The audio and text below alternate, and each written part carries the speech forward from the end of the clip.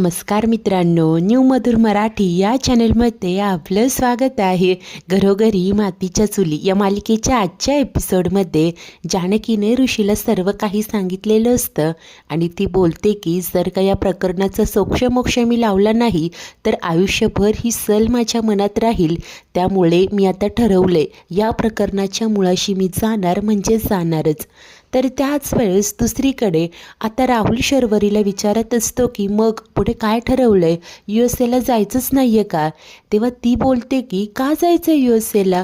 अरे तेव्हा सिच्युएशन अगदी वेगळी होती, आपण एकत्र राहू शकत नव्हतो म्हणून तर पैसे घेऊन आपण USA निघून जाणार होतो. पण आता तसं नाही आहे, आता आपण एकत्र राहतोय. अरे घरात इतकी माणसं आहेत आपल्या मागे पुढे करायला, मग USA का म्हणून जायचं, इथेच छान आरामात राहायचं. तेव्हा आता तो बोलतो की अच्छा म्हणजे ठरलंय तर इथेच राहायचं. तेव्हा ती सांगते की फक्त राहायचं नाही तर इथे राहून राज्य करायचं. अरे माझ्या आईच्या त्या 3 सुना आहेत ना, त्यांना बघ मी कसं मोलकरणीसारखं वागवते, हे कर ते कर असं म्हणत मस्तपैकी सेवा करून घेते. आणि राहुल तू बघच हळूहळू मी कसं सगळं काही माझ्या ताब्यात घेते ते. तेव्हा आता राहुल देखील खुश होऊन म्हणत असतो की अच्छा म्हणजे आपण इथे राजा राणीसारखं राहायचं आणि घरातली माणसं आपली चाकरी करतील. दोघेही खुश होत असतात. तर शर्वरी म्हणते की सगळ्यात आधी तर मला जानकी वहिनी आणि त्या ऐश्वर्याला दाखवून द्यायचंय की कशा तुम्ही माझ्या ताटाखालचं मांजर आहात. मी जे सांगेन ना ते करावं लागेल. माझ्यावर संशय घेताय का? त्यांना अजून माहिती नाहीये मी काय काय करू शकते ते. ते ऐकल्यानंतर राहुल बोलतो की ऐश्वर्याचं मी समजू शकतो, परंतु ती जानकी तर तुझ्याशी चांगलंच वागते ना. त्यावर शडू सांगते की नाही अरे ती फक्त तसं भासवते की ती खूप चांगली आहे, परंतु तिच्या या अशा भासवण्याला मी अजिबात बोलणार नाहीये. तू बघच सगळ्या गोष्टींचा हिशोब मी चुकता करणार म्हणजे करणारच. तेव्हा राहुल म्हणतो हे बघ आय नो की तू हे सगळं करून दाखवशीलच, परंतु जर कधी काही अडलं तर मी मदतीला आहे कायम हे लक्षात ठेव. आपण दोघे मिळून त्या सगळ्यांना चांगलाच धडा शिकवूया. तेव्हा शरू देखील खुश होऊन हसत असते आणि इतक्यात तिथे एंट्री होते जानकीची. जानकी बोलते की कुणाला आणि काय धडा शिकवणार आहात राहुल भाऊजी? तर आता जानकी ही अशी अचानक समोर आल्याने राहुलची तर बोबडीच वळते आणि वहिनी तुम्ही असं म्हणत आता तो ततमम करत असतो. तेव्हा जानकी बोलते की मी जे ऐकलं ते खरं आहे ना? काय शर्वरी वंश, राहुल भाऊजी कोणाला धडा शिकवणार आहेत? आता राहुलला काय उत्तर द्यावं कळेनासं होतं, परंतु ही शरू मात्र खोटं कारण देत सांगते की अगं त्याला ना त्याच्या मित्राचा फोन आला होता आणि तो काय म्हणत होता हे राहुल मला सांगत होता. अशाच जनरल गप्पा चालू होत्या ग, पण तू हे सगळं का विचारतीये? तेव्हा जानकी अतिशय स्पष्टपणे सांगते की कारण मला बऱ्याचशा गोष्टी खटकताय वंश आणि म्हणून मी हे विचारतेय आणि यापुढे देखील कायम असंच विचारत राहणार. तेव्हा शरू म्हणजे असं विचारते तर जानकी सांगते की मी जरा स्पष्टच बोलते. वंश तुम्ही कोर्टात जे स्टेटमेंट दिलं होतं खरं तर ते स्टेटमेंट नसून रचून सांगितलेली एक स्टोरी होती. त्याचमुळे खरं काय आहे ते जाणून घेण्यासाठी मी इथे आले आहे. आता शरू तर क्षणभर स्तब्धच होत. जानकी विचारत असते की सांगा नक्की खरं काय झालं होतं? तेव्हा शर्वरी म्हणते की ते तर सगळं मी सांगितलंच होतं ना, तुला आता काय जाणून घ्यायचं आहे? तेव्हा जानकी ही म्हणते की वंश नका हे असं उसना अवसान आणू, तुम्हाला नाही शोभत ते. विक्रांत भाऊजींच्या बाबतीत नक्की काय घडलंय ना ते खरं खरंच सांगा. नाही म्हणजे हीच गोष्ट मी सगळ्यांसमोर देखील विचारू शकत होते, परंतु मला आता घरात तमाशे नकोय म्हणून मी इथे तुमच्या खोलीत एकट्यात तुम्हाला हे विचारायला आली. त्यामुळे जे खरं खरं तिथे घडलं होतं ते इथेच सांगा. तेव्हा आता शर्वरी लगेच आव आणून म्हणत असते की 1 मिनिट, खरं काय घडलं म्हणजे? हे बघ जे काही घडलं होतं ते सगळं मी कोर्टात सांगितलं, कोर्टाला ते पटलं म्हणूनच तर माझी सुटका झाली ना. जानकी देखील म्हणते की आता हा भोळेपणाचा आव आणणं थांबवा आणि खरं काय आहे ते सांगा. ते ऐकतात चिडूनच शरू उठते आणि जानकीवर ओरडतच म्हणत असते की बस हे बघ मी ऐकून घेते म्हणून काही बोलशील का? आता ती राहुलकडे पाहत म्हणत असते की नक्की काय म्हणायचं काय आहे हिला? 1 मिनिट, काय ग तुझी गाडी अजूनही विक्रांतच्या पाकिटात सापडलेल्या त्या तिकिटावरच अडकून आहे का? तेव्हा जानकी सांगते की त्याशिवाय देखील बऱ्याचशा गोष्टी आहेत माझ्याकडे. म्हणूनच तर मी इथे तुमच्याशी बोलायला आली आहे. आता हे ऐकून शरू धक्क्यानेच राहुलकडे पाहू लागते. तर जानकी तिला सांगते की जर तुम्ही खरं बोललात तर विषय इथेच संपेल, परंतु जर का तुम्ही मला खोटं ठरवण्याचा प्रयत्न केला ना, तर मग मी सुद्धा गप्प बसणार नाही. तेव्हा शर्वरी लगेच नाटकं करत विचारत असते की काय ग, काय करणार आहेस तू? हे बघ, नाही नाही, आता माझा पेशन्स संपलाय, यापुढे एकही आरोप मी सहन करणार नाही, असं म्हणत शर्वरी आता तमाशा क्रिएट करायला लगेच खोलीच्या बाहेर जात असते. जानकी तिला आवाज देते की वंस हो, परंतु शरू काही ऐकतच नाही. तेव्हा राहुल देखील शर्वरी अगं असं म्हणत तिच्या मागे मागे येतो. शरू आता मुद्दामून हॉलमध्ये येते आणि ओरडून ओरडून बोलत असते की नाही राहुल, आता आपण इथे राहायलाच नको. ज्या घरात माझा रोज अपमान होतोय तिथे राहायचं. आता जानकी ही बाहेर येते आणि घाबरूनच मनाशी म्हणते की अरे देवा, ज्याची भीती होती तेच झालंय. शर्वरी वंशांनी तमाशा करायला सुरुवात केली. या सगळ्याचा फक्त सुमित्रेला त्रास होऊ नये असंच जानकीला वाटत असतं. त्यामुळे ती आता शर्वरीकडे येते आणि तिला म्हणते की वंश, अहो मी तुमच्याशी पर्सनली बोलायला खोलीत आले होते की नाही, मग तुम्ही हे असं बाहेर येऊन का कांगावा करताय? तुम्हाला चांगलंच माहिती आहे तुमच्या या आरडाओरडा करण्याने आई बाहेर येतील, त्यांना त्रास होऊ शकतो, निदान त्यांचा तरी विचार करा. तेव्हा शर्वरी देखील म्हणते की अगं पण मग तू देखील मला का डिवचते? अगं का मुद्दामून मला त्रास देते? की तुम्हाला जो त्रास देते तो कुणाला कळूच नाही असं वाटतंय का तुला? आणि काय हा विषय आईपर्यंत जायला नको असं वाटत असेल तर मग का मागच्या सगळ्या गोष्टी उकरून काढते? ग आता जर का तू विषय काढलाच आहे तर मग कळू देत ना आईला, येऊ देत तिला बाहेर, तिलाही कळू देत कशा आहेत तिच्या सुना, तोंडावर एक आणि मागे एक. आज जानकी देखील चिडते आणि तिला सुनावते की कांगावा झाल्याशिवाय तुमच्या मनाला समाधान मिळतच नाही ना, काही गरज काय आहे हे सगळं करण्याची? मी तुम्हाला साधा प्रश्न विचारला होता, त्याचं उत्तर तुम्ही शांतपणे देऊ नाही का शकत? ती दरवेळेला वादच घालायला हवा. तेव्हा आता शर्वरी बोलते की ए प्लीज प्लीज, तुझ्याशी वाद घालण्याची माझी काही इच्छा नाही आहे. हे बघ, सुरुवातीला मी तुला काही त्रास दिला असेल, वाईट साईड बोलले असेल, त्याचा बदला घेण्यासाठी म्हणून तू हे सगळं केलंस का? म्हणजे आमचं लग्न लावून दिलं, आम्हाला इथेच राहायला सांगितलं, जेणेकरून तू रोज हा असा आम्हाला काहीतरी मनस्ताप देऊ शकशील? तर जानकी म्हणते की वंश, अहो वाटेल ते बोलू नका. तेव्हा शर्वरी सांगते की वाटेल तसं तर तू बोलते, जर का इथे राहून तुम्ही असं माझ्याकडे रोज संशयाने पाहणार असाल ना, तर मला इथे राहायचंच नाही. अगं मागे सुद्धा मी म्हणाले होते की मला नाही राहायचं इथे, परंतु तू मला थांबवलं, नाटक करून सांगितलं की वंश, अहो हे तुमचंच घर आहे, तुम्ही इथेच राहा. कशासाठी? मी इथे राहून मला त्रास देण्यासाठी? रोज आम्ही फ्रस्ट्रेट व्हावं याचसाठी का? तेव्हा जानकी देखील सांगते की अजिबातच नाही हं वंश, हे बघा मी तुम्हाला एक साधा प्रश्न विचारला होता आणि त्याचं उत्तर कुठलाही तमाशा न करता देणं मला अपेक्षित होतं. शर्वरी देखील आता जोराने ओरडून ओरडून म्हणत असते की नाही देणार तुझ्या कुठल्याच प्रश्नाचं उत्तर, मी काय तुझ्या प्रश्नांची उत्तरं द्यायला बांधील नाहीये.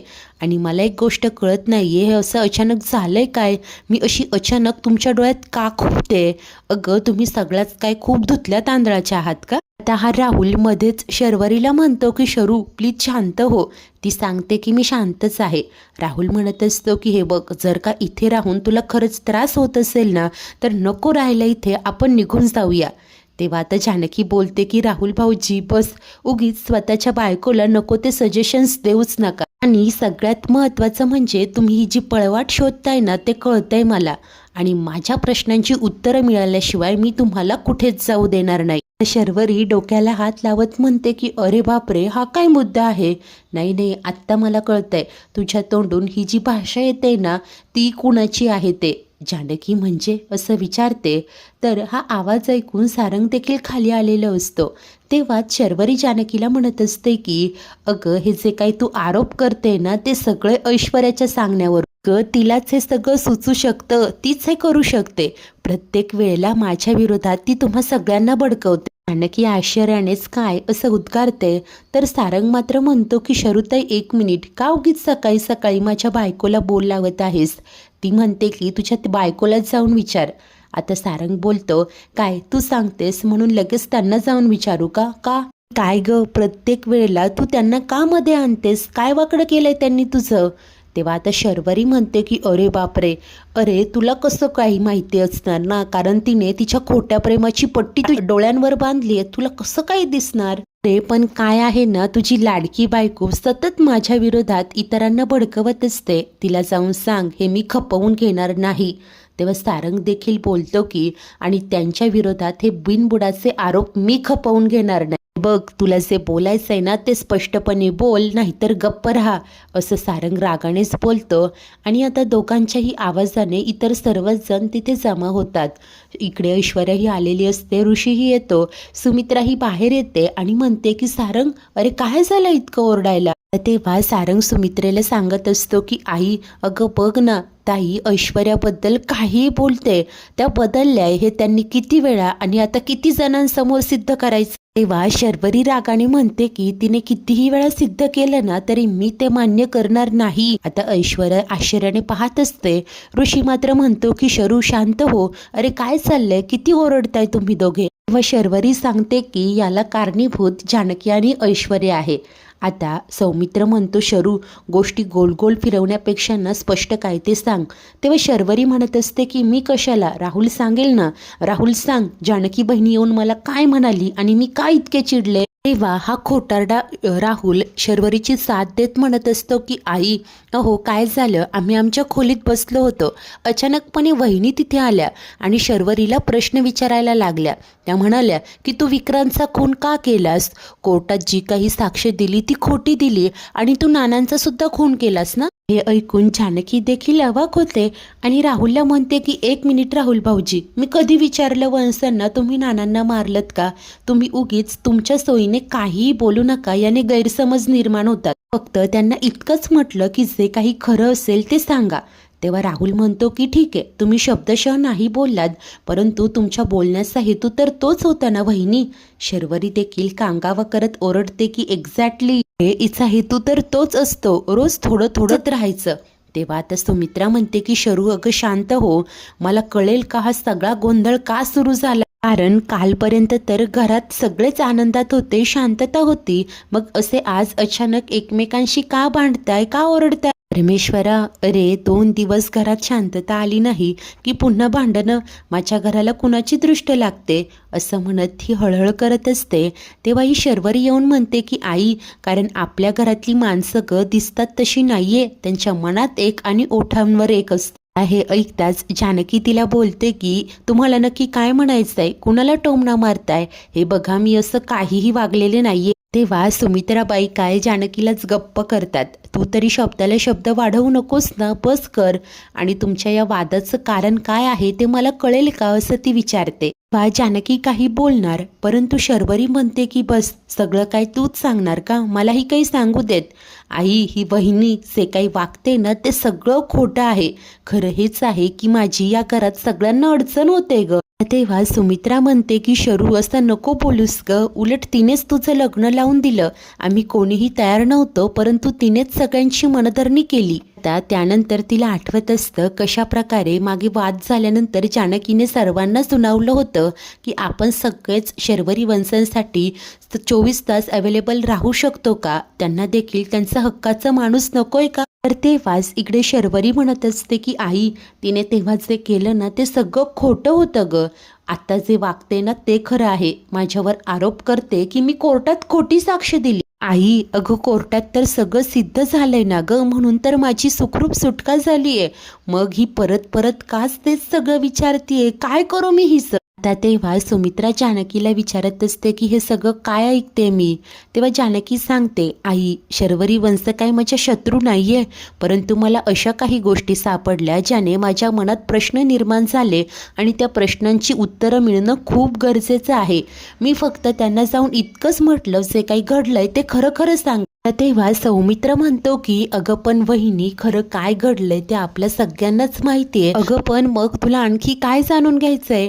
तेव्हा अवंतिका बोलते की मी सांगते ना सौमी, काय आहे, प्रत्येक गोष्टीमागे काहीतरी कारण असतं आणि आजही असंच कारण आहे. वहिनी उगीच कुणावर काही आरोप करणार नाही. सौमी, मी सांगते ना, मला माहिती नाही तुला आठवतंय की नाही, परंतु यांच्या लग्नाच्या दिवशी ओवीने हट्ट केला म्हणून जानकी वहिनी राहुल भाऊजींचे शूज लपवण्यासाठी स्टोअरूममध्ये गेल्या.